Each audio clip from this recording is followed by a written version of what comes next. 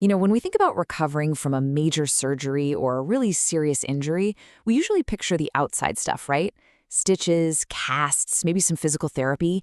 But the real fight, the most incredible battle for survival, is one you can't even see.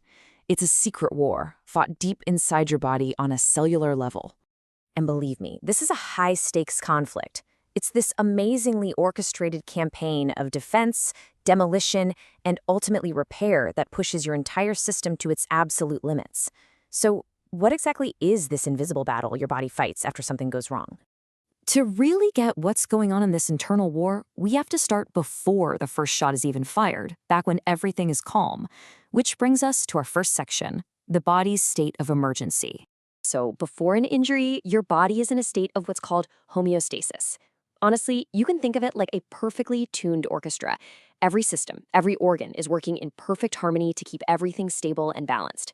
It's your body's peacetime condition, its happy place. But when a major physical trauma hits, bam, that peace is just shattered. Now, what follows isn't chaos, not at all.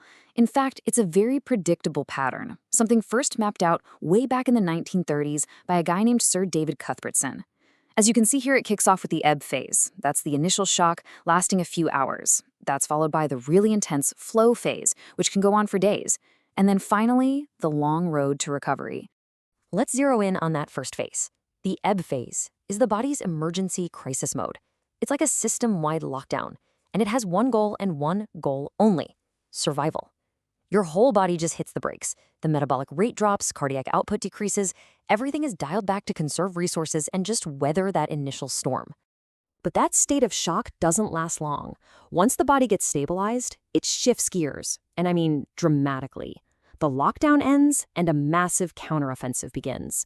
And that brings us right to our next section, fueling the fight. Okay, now this is where it gets really fascinating. Don't worry about the specific numbers on this graph. Just look at the pattern. The body's response is graded. See that top graph showing the metabolic rate? Look at how the peak for major trauma is way, way higher and lasts longer than it does for just a simple surgery. Your body is smart. It literally matches the scale of its defense to the scale of the threat. So, with the metabolism running this hot, where does all the fuel come from? Well, this is the really critical part. The body turns on itself. Now, this diagram looks complicated, but the story it's telling is actually pretty simple. It's showing the body just reprioritizing everything. It starts breaking down things it considers non-essential, like your muscle and fat, to shuttle all those resources to the front lines. We're talking the liver, the immune system, and the wound itself. It's a truly desperate but vital act of self-sacrifice. This massive redistribution of resources, it is anything but random. It's a highly coordinated operation, and it's directed by a super sophisticated command and control system. So let's meet the chemical messengers that act as the generals of this internal army, the chemical commanders. We can basically boil this whole complex signaling network down to two main branches of command. First, you've got the central command, the brain hormone axis, which is sending out these big system-wide mobilization orders.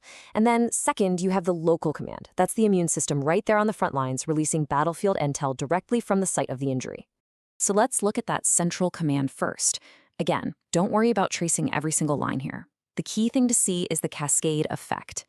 An injury happens, nerve signals zip up to the brain, which acts like the commander-in-chief. It then triggers the adrenal glands to just flood the system with stress hormones like adrenaline and cortisol. These are the chemical alarm bells that kickstart the entire war effort. Okay, now for the local commanders. At the exact same time, immune cells right at the site of the injury are firing off their own signals called cytokines.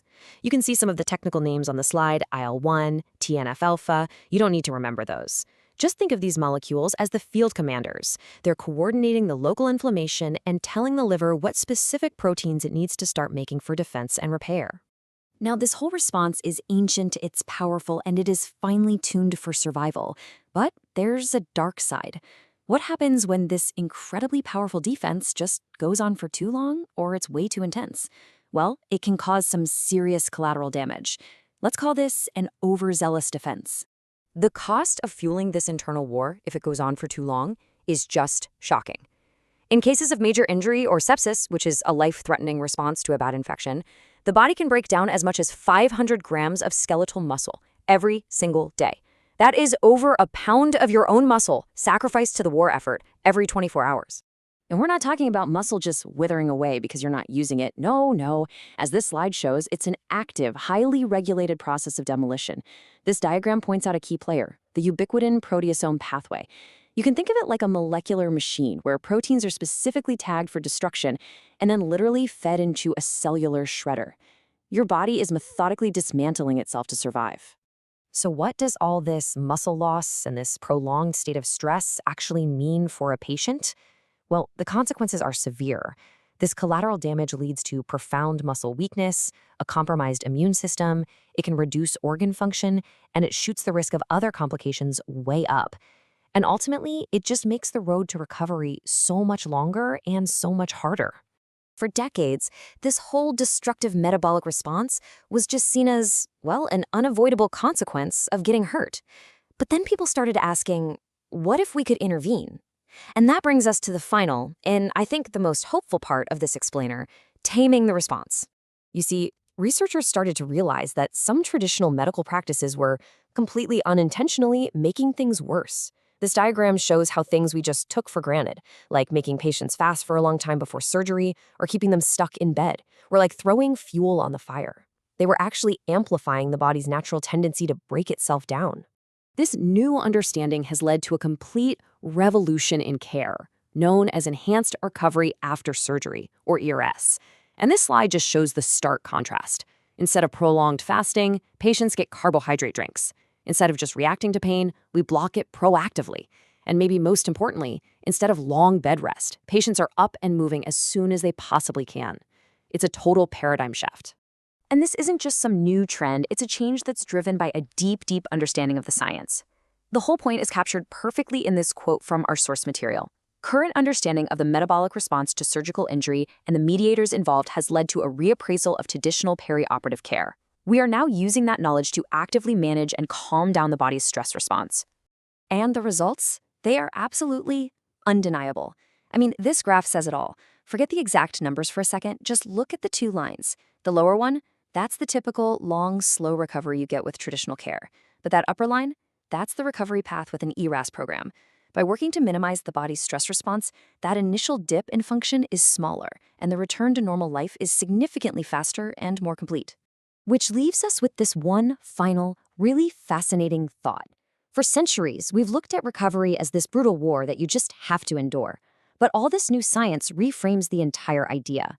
So what if the future of recovery isn't about simply surviving the battle? What if it's more about masterful, intelligent de-escalation? Not just winning the war, but skillfully keeping the peace from the start.